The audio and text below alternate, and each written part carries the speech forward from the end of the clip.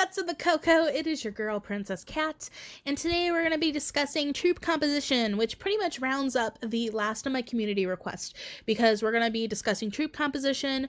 We're going to discuss what gears work for them as defense and what they are weak to, and also talk about the new Crimson gear and look at some reports. So if there is a video that you guys are wanting, drop me a comment or send me a line. My line's PrincessKat22 for my ID, and let me know. Now, with the new update that's coming out, the 4.3 update on the 19th, we're going to be able, or it appears that we're going to be able to switch up our troop composition. So it sounds like if you that you'll be able to take your infantry troops and change them up to siege or archer or cavalry, and even be able to take your lower tiered and bump them up a higher tier for just the cost of resources and speeds. So it's going to open up a lot of possibilities for people to kind of switch up their defense. So we're going to talk about 3 or 4 different types of defense, and I have pretty much progressed through all of these. So we'll kind of discuss the benefits of each one. The first one is the most common one that we see, which is your single type defense. And that means you're going to have high amounts of one type of troop and low amounts of the other 3 types. So if you're infantry based, you're going to be mainly infantry troops with few or no other archer, cav, and siege. The benefits of this type of defense is that you're able to defend with multiple types of gears. So whether it's, again, if you're infantry, whether it's defending with Conqueror and or Slaughter, or you can swap to Majestic or Guardian, and you can kind of really keep your attacker on their toes. It's pretty cost effective for people too. If you can only put into one type of gear, then you can just put into, Slaughter or Conqueror, and you can use that both for attacking and for defending. However, this type of defense is super weak towards leverage, and with that, because you can defend with multiple types of gear, you can also attack these empires with multiple types of gear as well. So you can attack them with your leverage single type. So again, if we're talking about an infantry base, you can attack them with your Outcry or your Destroyer. You can attack them with Majestic. We see a lot of great outcomes using Majestic, especially in rallies. Or probably the best outcome is now between, it's a mix between basically your single type and your Majestic, which is going to be your Crimson. Now, I think all of these setups are going to be highly weak towards Radiant gear, but because it's pretty much impossible to have a full set of that, we're not really seeing anybody with that. That's a level 50 gear. That's just really not all that popular, so we're not going to be considering that at this point in time. So Crimson is going to be what's going to do the most damage towards these single type traps.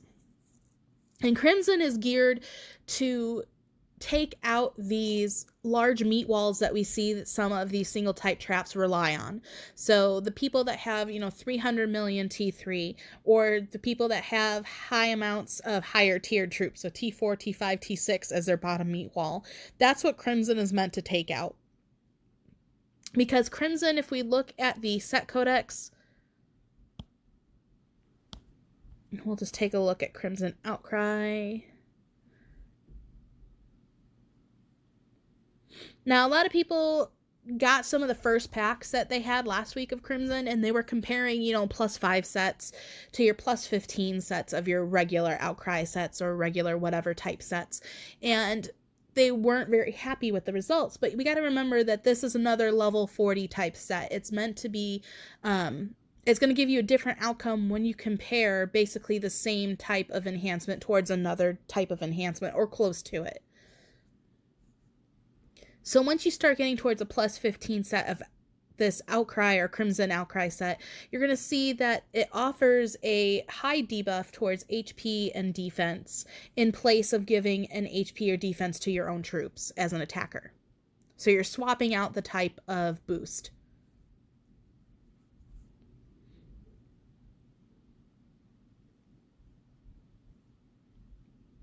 Now, because of that, it makes the set more vulnerable towards the defender's preemptive strike. Because when you hit that bottom meat wall, whether you're able to take it all out or only take a portion of it out, then the defender's T6 or T7 troops, depending on their composition, are going to come back and hit you. And you don't have any HP or defense buffs of your own at that point, other than what you have done through research and buildings and boosts. So it makes you weaker to their preemptive strike. Where we see this type of attack really shine is especially in rallies, because unity buffs can kind of make up for that, and it gives so much power with so many troops that you're able to really kind of blow up the opponent.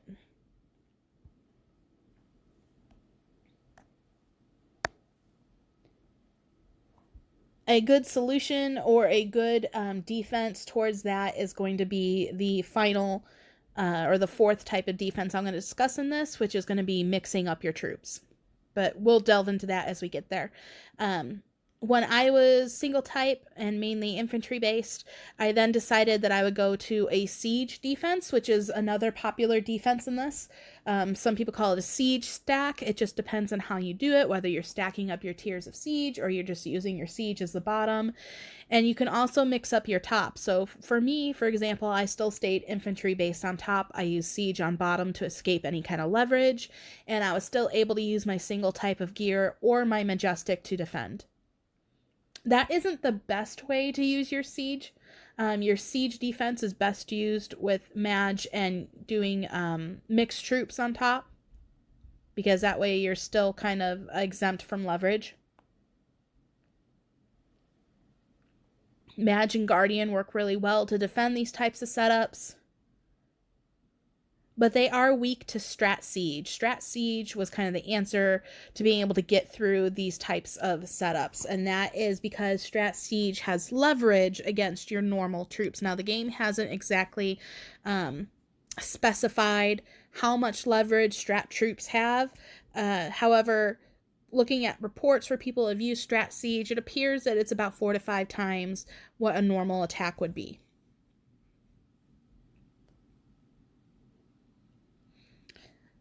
Some people don't really have access to a lot of Strat Siege in their kingdoms, especially if they're in a newer kingdom, because you have to be Sit 40 to unlock them. However, as the game progresses, this type of attack is going to be more and more popular. So I don't recommend a lot of people, if they're changing up their defenses, doing that. At least not at this point, just because we know that's what the future is going to hold. But with the update that's coming up, it may make it really easy to be able to be a siege setup today, and then an archer single type tomorrow, and then mixed troop on the weekend. We don't know. So now the third kind of defense, and it's what I did after having a siege bottom, because I was running siege bottom as T4. And off the top of my head, I think it's only like 13 million that you have to lose for the average march or boosted march before you become point negative. And I was tired of being afraid of being hit by, a 200 bill or a strong 150 bill or, whoever, and becoming point negative in things like Blood Moon and Invasion. And so I decided I was going to build up a T2 bottom, and I didn't want to go with Siege because Strat Siege had come out, and I just didn't want to worry about the future of those troops. So what I didn't realize, though, is that your infantry, your cavalry, and your archer have more HP than Siege does if you're comparing troop tier to troop tier. So I decided I was going to go with one of those, and I didn't want to do the single type because of the leverage. I was higher infantry on top, so I had decided to go with archer on bottom because people were going to hit me with archer, so they would be met with other archer troops that wouldn't give them leverage. That was at worst outcome. At best outcome, they would see that I was archer on the bottom, and they would hit me with cav. And then with preemptive strike, my infantry troops would just demo any cav that came through. So ultimately I went with archer T2 bottom, and still my single type gear worked all right with it. Majestic worked much better. However, I was still weak towards certain leveraged attacks, really high-powered attacks. You know, if people were hitting me with strong archers or strong cav, they were still getting through those T2s, but I wasn't losing any points. Well, I mean, I was losing very few points, let's say. And then my preemptive strike could take out the march or the rally that was sent. That was all fine and dandy until Crimson. Crimson Archer would be able to blow through that bottom tier. And if my T7 wouldn't be able to kill them, I mean, it could still demo the rest of my troops, or at least some of the higher tiers of troops. And so what I then did was move into the fourth type of defense, which is mixed troops. Your mixed troops are going to be with a Majestic and or Guardian defense are going to be what's hardest to break through currently in this game, especially against Crimson. Now again, if we take a look at the codex for Crimson and say that you have 50 million of each type of T2 on the bottom, and someone sends Crimson Outcry at you, their debuffs for, HP and defense are only good towards your infantry troops. Those debuffs don't apply at all towards your cav or siege or archer troops.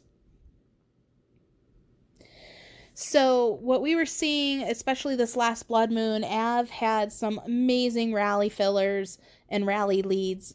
We were seeing debuffs of 3,600% for HP and defense, and with still having a troop attack of around 5,000, 4,000 or 5,000 debuff, and then having a troop attack itself with the combined troop type attack of, I think it was 6,000 or 8,000. I can't recall that number off the top of my head, but they were insane rallies, and the only point positive rallies as a defender came from those that were using mixed troops on the bottom. Now, I think the future, as the game kind of goes away from having single type traps and using a mixed troop type setup, we're going to see then that's where Radiant gear is going to start to get more popular. Because if we look at this Radiant gear, although Crimson isn't going to be good for that type of setup, to attack that type of setup, Radiant gear will be. Even at +5, we're going to see that it gives high troop attack. It gives even more troop attack for attacking. And then it gives also debuffs as well. And it applies towards any type of troops. So it's not troop specific. So Radiant will be the eventual answer as to how to break through these mixed troop type setups. Now these are all just kind of cookie cutter based responses. Everybody is different. Every citadel is different.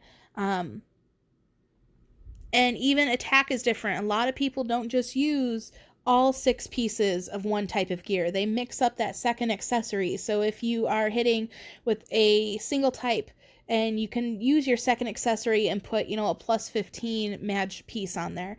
Or if you're hitting Majestic, you could put, a Dark Lord accessory on there. Or with either one, you can stick a troop type or troop specific type as a second accessory for additional power towards T1 and T2 troops. There's a great way to mix up everything. And we see that when I had first transferred over and it was a PvP event, I needed a points, so I said I would take a hit, and Pro had volunteered. So we see in this first attack, and this is before I had my T2s, so he's hitting against T4 bottom, and he hits me and he damages about 5 million troops. Now we could see what he used by taking a look at the stats in the report. He's on the right hand side. He used archer troops, and we can see that he was using his outcry as his archer attack was almost 6,000%. And if we scroll down, we can see he's pretty much at his base stats for troop attack and troop attack debuff of around 2,000 for both. So he asked if he could hit me a second time, and of course I obliged. So I fully healed up, and he hit me again, and this time he damaged 16 million. So now we're at the point where I'm right around troop negative, or we're pretty even. I'd have to bust out my calculator to tell for sure. Most of the times I gauge my general attacks at about 2 million troops, but he was using 2.5. So what did he do to better his attack? Well, we're going to look and we're going to see he has less archer attack now. So he lowered his archer attack, and he raised up his majestic, so his troop attack debuff. So we went from 1900 troop attack debuff to 26. But more importantly, that also raises his troop defense and troop HP debuff. So he's taken away from my troop HP and troop defense. So that's what was able to injure more of my troops. It was actually not the higher troop attack debuff, but the HP and defense debuff. So he asked for a final third time, and this time he damaged 26 million troops. So I'm definitely point negative at this point. He's done 5 times the damage of his initial first hit.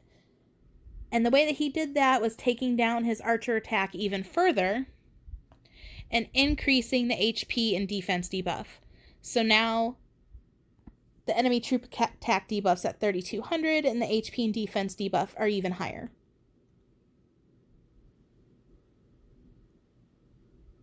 Looking at that troop attack debuff is what's going to tell you if majestic has been used.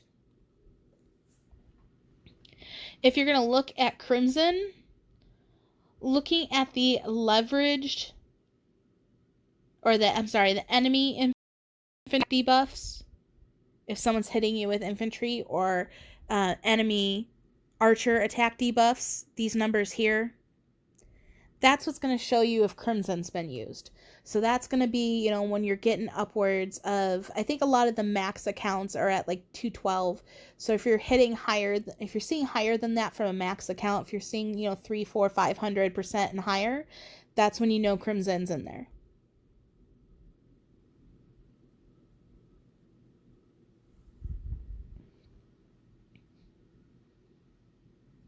Someone had asked me as well, how can you tell if like Dark Lord is being used?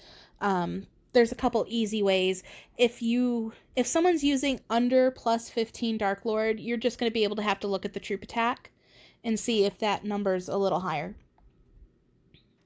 Good way to also gauge is if they're, if they don't have a higher archer, cav, or infantry attack, but the troop attack is higher, that's going to be significant of Dark Lord.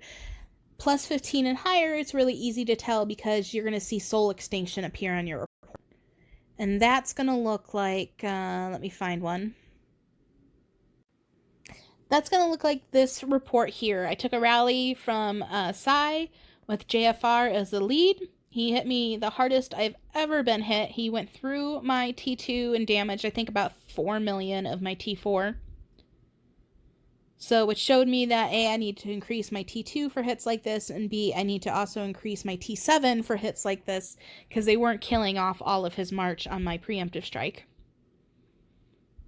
But we can see here is where soul extinction pops up, and that's something that's exclusive to Dark Lord 15 and up, and that just Thanos' my troops. That's that many troops that are just gone.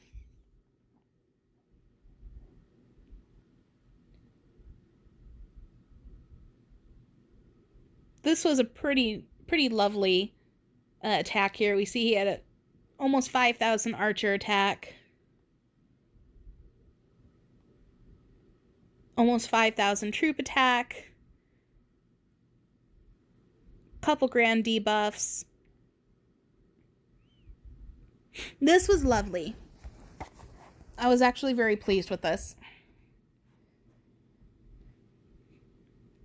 We can also tell if how high of Dark Lord that he used by looking at the rally troop attack buff, because Dark Lord plus 20 is going to give 1,000 troop attack buff for rally. So we can see here that he used double Dark Lord. Likewise, your Majestic's going to be seen in your enemy troop attack debuffs.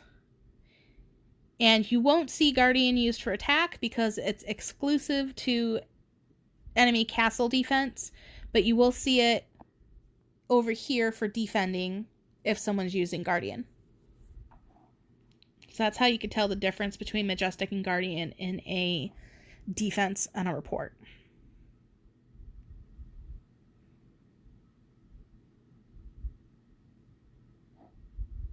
So that is about it, coconuts.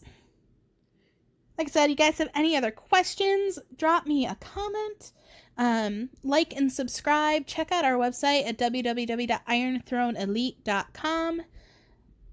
And until next time.